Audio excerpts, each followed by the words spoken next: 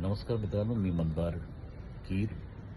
अ, आज तुमच्यासमोर यायचं मूळ उद्देश म्हणजे की काल एक मी सुंदर असं नाटक बघितलं. त्याचं नाव होतं कार्यकर्ता.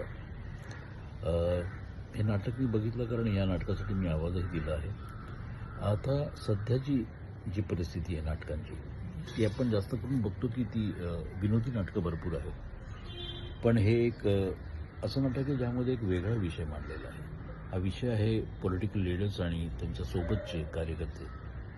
नाटकाचं नावच मूळ कार्यकर्ता म्हणून आहे. ह्या कार्यकर्त्याचं जो आयुष्य असतं ते कसे खडतरपणे त्या पॉलिटिकल लीडरच्या मागे उभे असतात.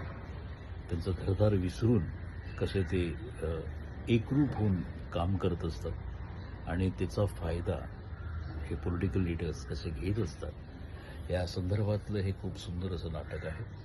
आणि मला खूप वर्षानंतर बरं वाटलं असं काही बघायला.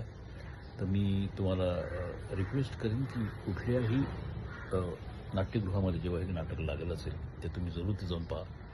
तुम्हालाही ते आवडेल.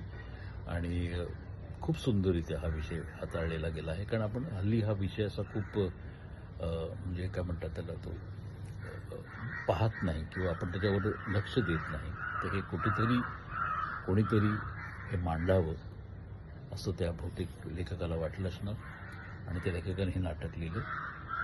श्री स्वराज्य फाउंडेशन, शिव स्वराज्य फाउंडेशन निर्मित हे नाटक आहे कार्यकर्ता.